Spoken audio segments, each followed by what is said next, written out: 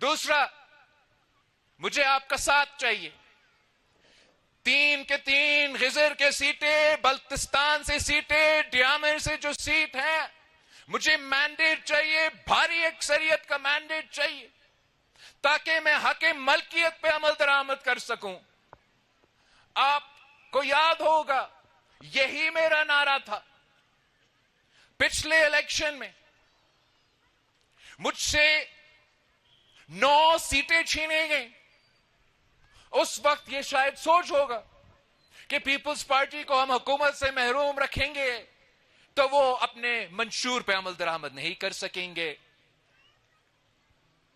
ہمیں موقع ملا. میں بھی کہہ سکتا تھا کہ نہیں، میں وزیر اعظم شہباز شریف کو جب میں نے پہلی دفعہ بنایا تھا تو دوسری دفعہ بنایا ہوں نا. جب میں نے پہلی دفعہ بنایا تھا میں بھی بیٹھ سکتا تھا کہ نہیں، تب نہیں ہو سکتا جب تک میرا وزیر اعلیٰ گلگت بلتستان میں نہ ہوا. لیکن میں نے یہ شرط نہیں ڈالا. میرا شرط یہ تھا کہ میں حق ملکیت کا لیجسلیشن لے رہا ہوں اور میرا اتحادیوں کو اس لیجسلیشن کو سپورٹ کرنا پڑے گا. پھر یہ آپ چیک کریں. پھر امجد ایڈوکیٹ میرا صوبائی صدر صحیح کہہ رہے ہیں. ویسے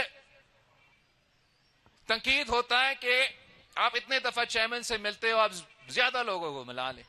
جب بھی وہ آتا تھا پہلے تو 3 سال دام سنتا تھا کہ مجھ سے تو آپ نے پیدل دورہ کروایا گلگت بلتستان کا. میں تو ہر تحصیل میں جا کے یہ وعدہ کر کے آیا ہوں. تو آپ نے حق ملکیت کا لیجسلیشن پاس کروانا ہے. اور میں پاکستان پیپلز پارٹی کی پارلیمنٹری پارٹی کو شاباش دینا چاہ رہا ہوں کہ پچھلے اسمبلی میں آپ سے ناانصافی ہوا. آپ کے پاس وہ سیٹس نہیں تھے، اکثریت نہیں تھے، مگر politics is the art of the possible. اور آپ نے جو ہمیں کہتے تھے کہ یہ ممکن ہی نہیں، ہم نے وہ لیجسلیشن اب کر کے دکھایا ہے.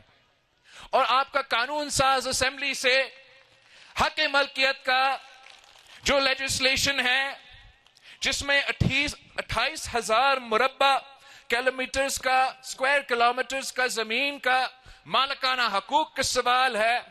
یہ زمین پہلا ریاستی زمین تھا.